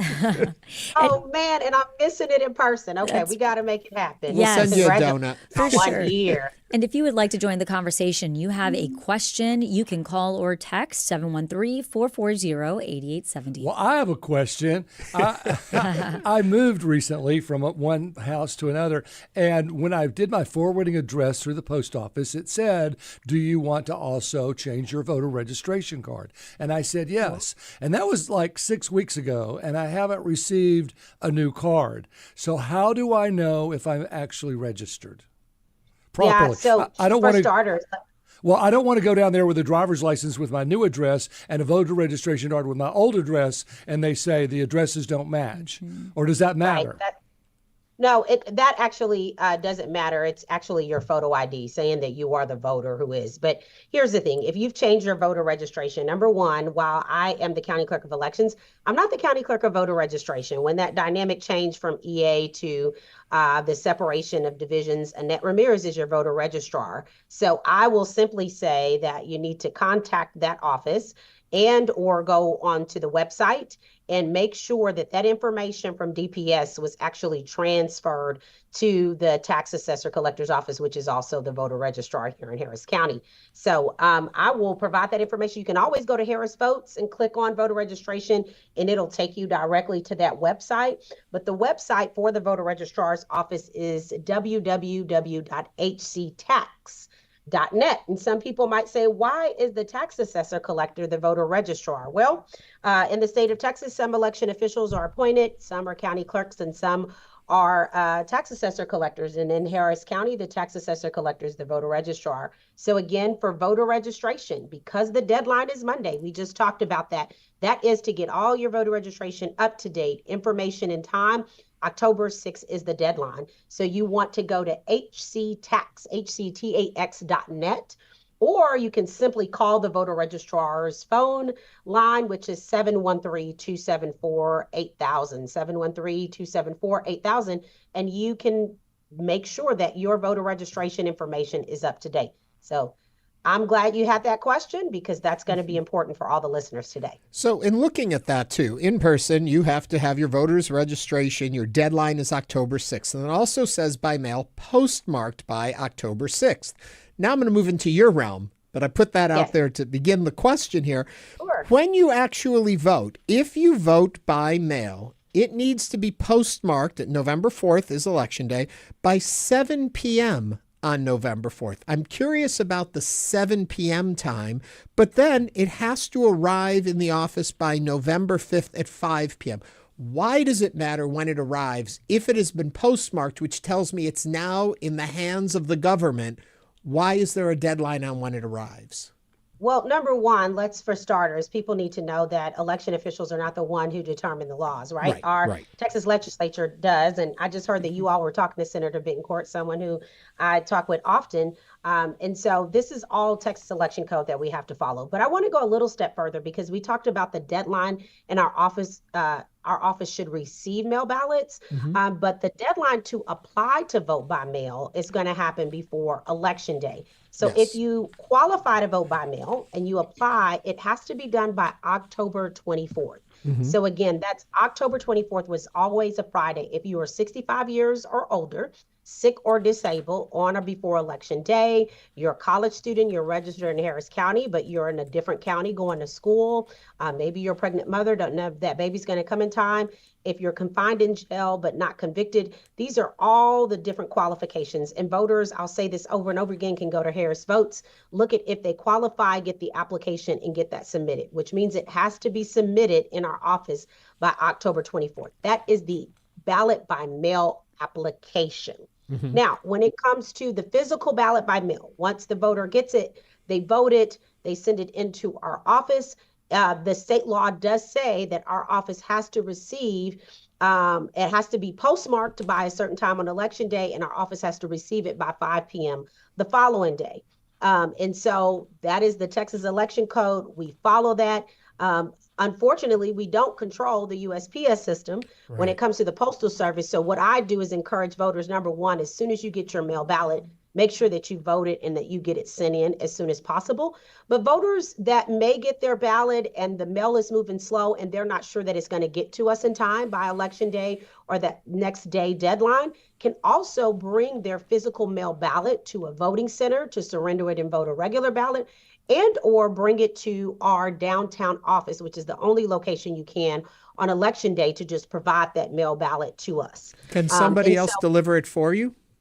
No, the voter themselves has to bring it themselves and provide their ID that they're the voter bringing that mail ballot. Now, someone can drive them, obviously, because if you're voting by mail, maybe you're not very mobile, but the voter themselves have to bring it in, provide an ID. So there are other options, and hopefully you all will have me back during early voting to kind of will. Yes, okay, for sure. Reiterate those deadlines and what voters need to know between now and then. So again, October 24th is the deadline to apply for ballot by mail. And then once you vote that ballot by mail, obviously by election day, must be postmarked and then received in our office by the following day. But you do have opportunities. If that mail is not coming or you're afraid it's not going to get to us in time, you can simply surrender it to a vote center and vote a regular ballot, or bring it to our one-stop shop downtown and bring that mail ballot in. So thank you for that thoughtful question about important deadlines. We got voter registration Monday, and then October 24th, applying to vote by mail. Yes, and you're listening to Hello Houston. We are speaking with Harris County Clerk Teneshia Hudspeth about everything you need to know ahead of the upcoming election in November. If you have your questions, now is the time to either call or text 713-440-8870. We do have a call on the line. Jacob, what is your question for Harris County Clerk Hudspeth?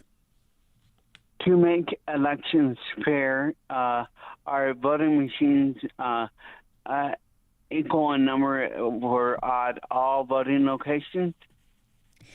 I believe Jacob's question is, are there equal number of voting machines at all locations?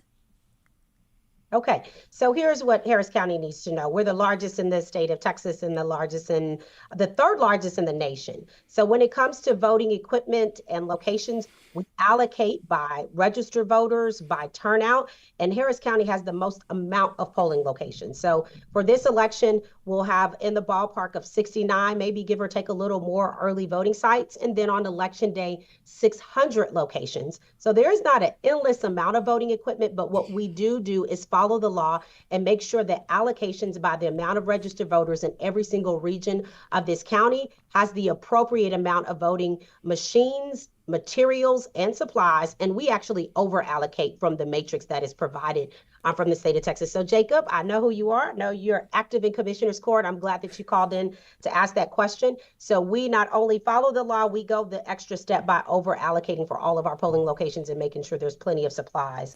And I'm happy to say, since I've been the County Clerk of Elections and received the operations back in 2023, we've appropriately met all those standards, and we've had no issues with not enough supplies or voting equipment at any of the locations since I've been the County Clerk of Elections. So I have a question, and I only ask it because there seems to be some debate coming from the top. Do you trust vote by mail?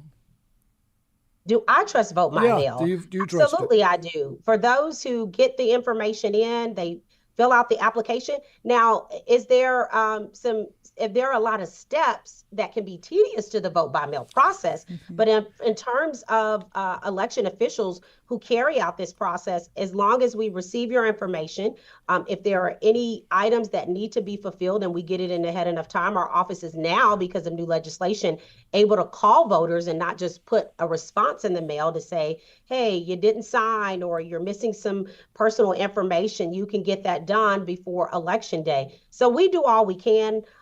We're the election officials, so we provide all of the information and materials and assistance for voters to access the process, but we don't control the United States Postal Service, right? And we know that there's been ongoing challenges for years. And so in terms of the operational standpoint, I do trust the process. We do everything that we can to make sure that every single mail ballot voter that has the opportunity to do so and meets the laws have that opportunity to be able to do that. And I'll go a step further. Look, there is a bipartisan a board called the Early Voting Ballot Board that consists of both political parties who come in to view and review those applications and ballots, not their actual votes and who they voted for, but that they met the standards of signing their application, signing their mail ballot, and to ensure that those mail ballots we receive are accepted. And if they're not accepted, that that we carry out the reason why those are not accepted. So it's not just the election officials there. The Texas Election Code provides, accountability measures with different boards that I mentioned just now, the Early Voting Ballot Board, who comes in and verifies those mail ballot voters to make sure that their ballots are cast in a timely manner. That we receive their information and that we're responsive. I do trust the process, but the laws that continues to change with who can vote by mail, how it's done, can cause some confusion. And we just came out of a ledge session where there's been more changes to the ballot by mail process. So, I do want to, be very transparent in that way. I'll remind everyone again, you have to be registered. The deadline is October 6th before you can play in this at all. Early voting is the 20th of October through October 31st. With early voting, you can vote anywhere. Same thing with same-day voting? That's right. So look, county-wide voting has been taking place here in Harris County since 2019, which means you can vote anywhere during early voting and election day. Maybe close to where you live, maybe close to where you go to work, or where you're shopping or picking up the kids from school. So any of those vote centers, when you go to harrisvotes.com, whether you choose to vote early, if you're making your plan to vote, or you choose to vote election day, you can go absolutely anywhere.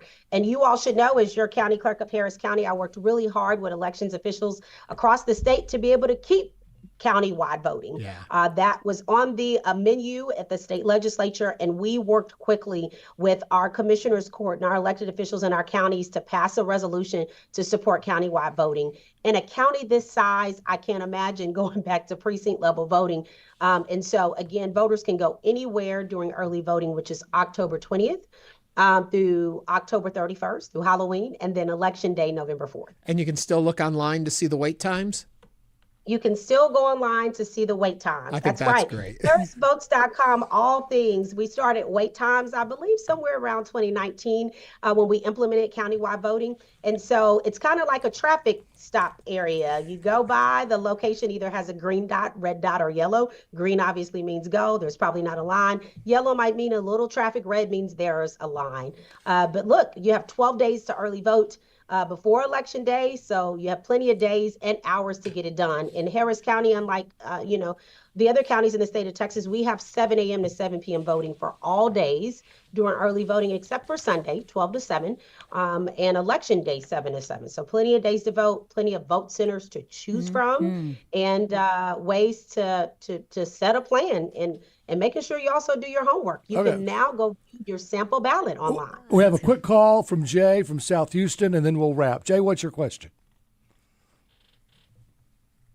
With regard to two quick questions, and I'll listen. With dropping off your mail-in ballot at any of the voting locations, I would love to hear if you live in an adjacent county, can you only drop that off at your county's locations, or if I work in Houston but live in Brazoria County, can I drop my ballot off at another location? And two, for early voting, because we can vote anywhere, can I only vote in my own county, or can I also vote in a different county's location? Great question, Jay. Thank you so much. So first of all, if you're registered to vote in Harris County, you have to vote in Harris County, right? And even though we say anywhere, it has to be within the political jurisdiction in which you're registered. So if you're registered in Harris County, that means you have to vote in Harris County. If you're bringing your mail ballot, you have to bring it to voting locations in Harris County.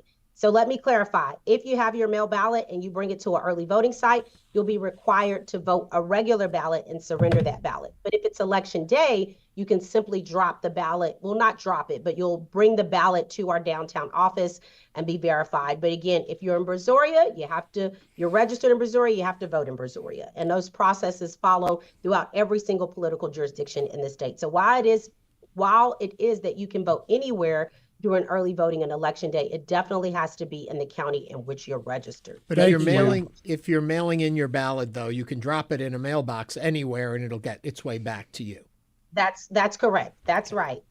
And again, as 2-3 weeks from now will be early voting. The deadline will pass. So if listeners or anybody that's listening now, go to harrisvotes.com. You can go on your mobile device, you can go on your computer, or you can call our election hotline, 713-755-6965, 713-755-6965.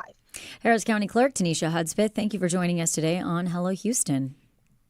Thank you so very much. Go check out your sample ballot and see what you have on your ballot to vote for. That's 17 right. state constitutional amendments and much more. Thank you. Coming up, we'll highlight the work done at Urban Harvest.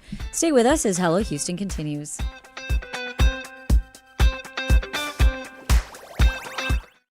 With federal funding cuts, Houston Public Media has lost $2.2 million annually. In response, we have launched the Resiliency Fund, an urgent initiative to protect the programs and services you rely on. That includes PBS Kids, that provides free educational programming to children and families across Greater Houston. Your support of the Resiliency Fund helps keep this vital service accessible to our community. Give now at houstonpublicmedia.org/donate. Match.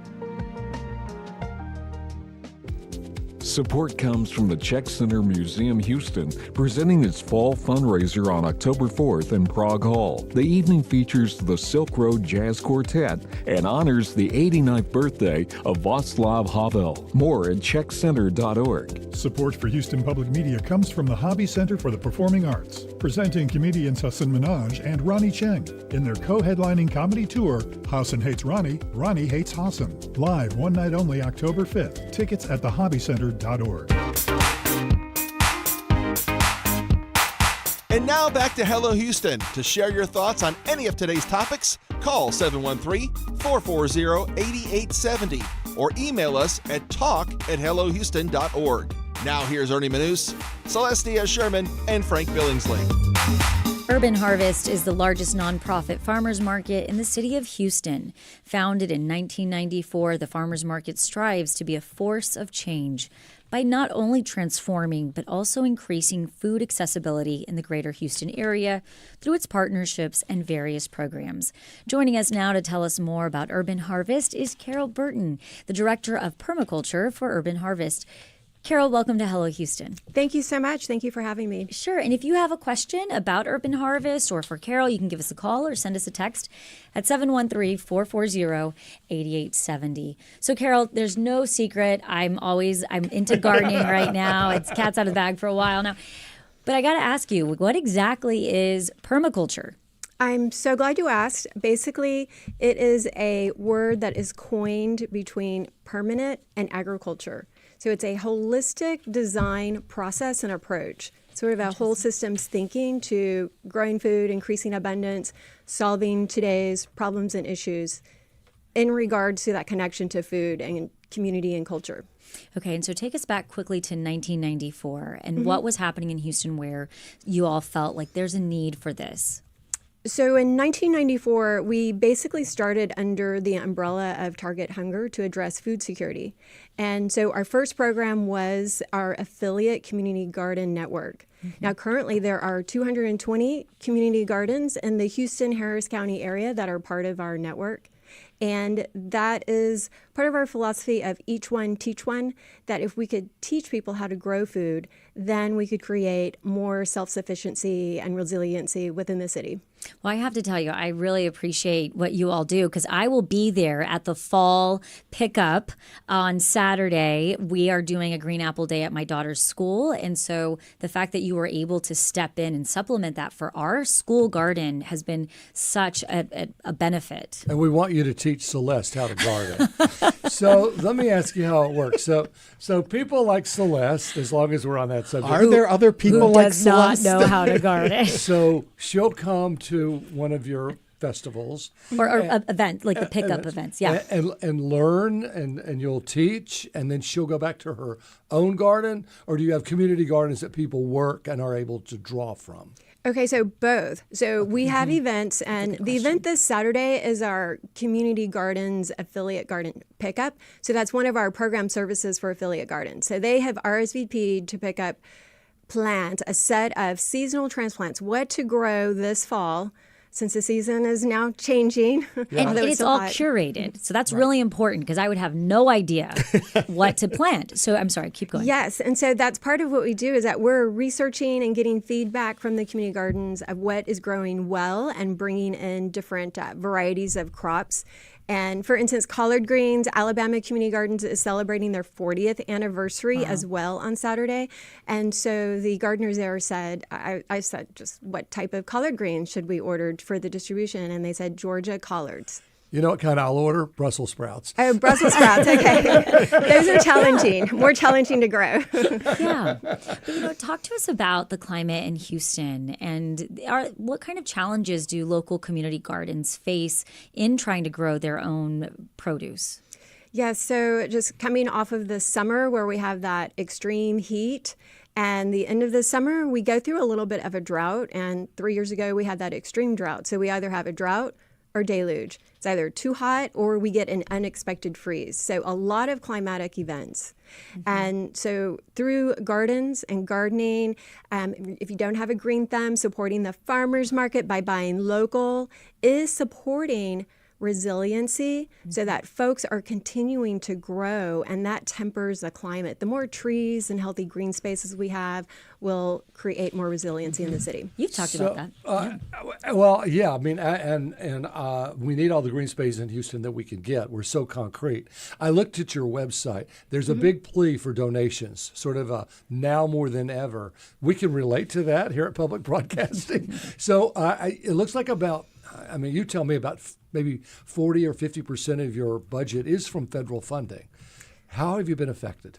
So going into 2025, we were faced with the changing dynamics of federal funding that supported, it's now past tense, our mobile market, which goes into underserved communities to sell local produce at cost. The staffing for that, because we had a very big and vibrant team after COVID and the pandemic. And so that is why we are in the middle of that campaign to support the farmers market. Mm-hmm. How's it going? How are you all doing? Well, we're meeting our goal. And just through the support of market goers, we've been doing a campaign every Saturday at the farmers market. And Saturday, October 11th, we're going to have a sustainability festival. So we invite you to, if you haven't been to the market, to come on that day because I'll be there and we'll have lots of fun activities. So it is still a struggle, especially going into 2026, but we have maintained, just due to the commitment of people that do want and value local fresh food, either through the farmers market, at community gardens, for backyard gardens. And so that's part of our outreach, is to teach people how to grow and increase access to healthy food. So when you say the festival this Saturday, where exactly is Be There?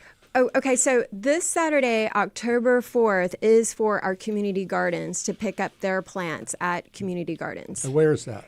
And so it's different locations, and so it's kind of pick your location. Yeah. So the garden closest to our school will go at 9 a.m. We'll get in line, and they're going to be basically filling up Dan's truck, and then we'll take all of that.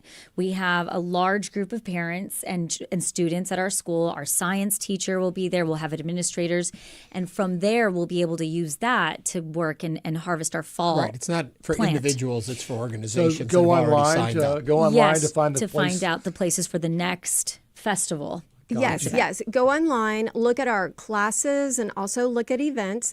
And so for this Saturday, it is for community gardeners. And so to find a community garden near you is to go to our affiliate community garden page and just kind of look to see which one is closest to you. And you can click on it in the map and find out who the contact is. So we encourage everyone to reach out directly to those contacts. And what's the website? Urban Harvest? Urbanharvest.org. Oh, perfect. So over the time, how have you seen your folks' work in the community evolve into more gardens? Have you seen it's had a positive effect, and where is the strength of what you're doing?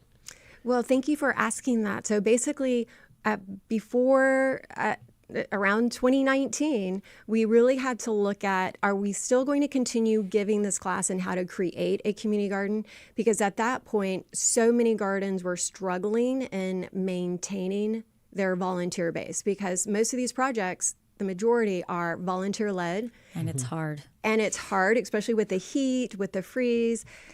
However, from October to March is our best growing season when it gets cool.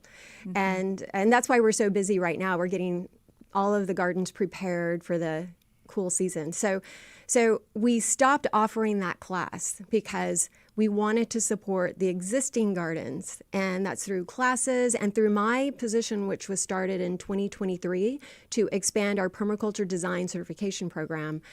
And our funding allowed us grants and stipends and mentorships and hands-on skill share in the gardens.